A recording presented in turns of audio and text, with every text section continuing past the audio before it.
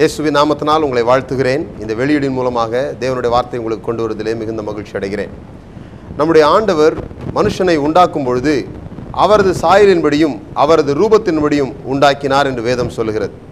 அவருடைய ரூபத்தின்படி என்றால் அவர் எப்படி திருத்துவமாக இருக்கிறாரோ, பிதா குமாரன் பரிசுத்தாவியான தேவனாக இருக்கிறாரோ, அதுபோல நம்மையும் ஆவி ஆத்துமா சரீரம் என்கிற திருத்துவமாக உண்டாக்கினார்.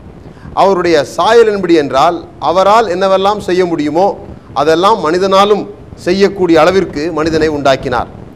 ஒரு வேத மொழிபெயர்ப்பு இப்படி சொல்லுகிறது, we are copies of God. தேவனுடைய பிரதிநிதிகளாக, தேவனுடைய பிரதிகளாக நாம் இருக்கிறோம் என்று சொல்லுகிறது. தேவன் திட்டமிடுகிறார், மனிதனாலும் திட்டமிட முடிகிறது. தேவன் சிந்திக்கிறார், மனிதனும் சிந்திக்கிறான். தேவன் முடிவெடுக்கிறார், மனிதனும் முடிவெடுக்கிறான். எல்லாவற்றுக்கும் மேலாக தேவன் பேசுகிறார். அதை தவிர வேறு எந்த சிருஷ்டியும் பேசுகிறதில்லை. மனுக்குலம் மாத்திரமே தேவனை போல பேசும்படியாக உண்டாக்கப்பட்டிருக்கிறது. தேவன் நம்மை உண்டாக்கும் பொழுது ஒரு நோக்கத்தோடு கூட உண்டாக்கினார். we are not an accident. நாம் ஏதோ ஒரு விபத்தினாலே உண்டானவர்கள் அல்ல. யாரோ ஒரு தாய் தகப்பன் விருப்பப்பட்டதினாலே நாம் பிறந்து விடவில்லை. தேவன் ஒரு மிகப்பெரிய நோக்கத்தோடு கூட, மிகப்பெரிய திட்டமிடுதலோடு கூட மனுக்குலத்தை உண்டாக்கினார். ஏனென்றால் நம்முடைய தேவன் நோக்கங்களின் தேவனாயிருக்கிறார். God is a God of thoughts. தேவன் எதையுமே சிந்தித்து திட்டமிட்டு செய்கிறார். நம்மை செய்யும் பொழுது, நம்மை உருவாக்கும் பொழுது, உருவாக்கினதற்கு பிறகு அல்ல, உருவாக்குவதற்கு முன்பாகவே நம்மை குறித்து அவர் ஒரு நோக்கத்தை வைத்திருந்தார். இந்த பர்பஸ், இந்த நோக்கம் நம்ம நிறைவேற வேண்டுமானால் இந்த வடிவத்திலே மனிதனை உண்டாக்க வேண்டும் என்று அவர் உண்டாக்கினார். இந்த மனிதன் இந்த பூமியிலே வாழ வேண்டும் என்பதற்காக மண்ணினாலே அவனுக்கு ஒரு சரீரத்தை ஆயத்தம் பண்ணினார். அவருடைய சுவாசத்தை ஊதி மனுஷனை உண்டாக்கினார்.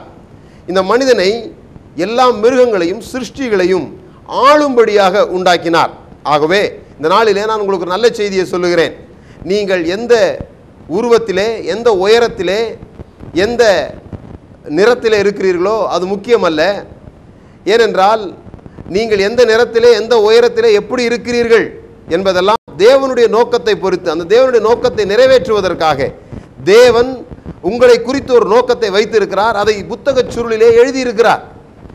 இயேசு இந்த பூமிக்கு வரும்பொழுது என்னை குறித்து புத்தகச் சுருளில் எழுதப்பட்டிருக்கிறது என்று சொன்னது போல நாம் ஒவ்வொருவரும் சொல்ல முடியும், நம்மை குறித்து தேவன் ஒரு மாபெரும் நோக்கத்தை வைத்திருக்கிறார்.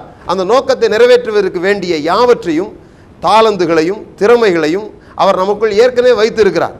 ஒரு கோழி முட்டைக்குள்ளே அந்த கோழி முட்டை குஞ்சாவதற்கு வேண்டிய யாவும் அந்த கோழி முட்டைக்குள்ளே இருக்கிறது. கோழி முட்டைக்கு வெளியே இருந்து எதுவும் வருகிறதில்லை.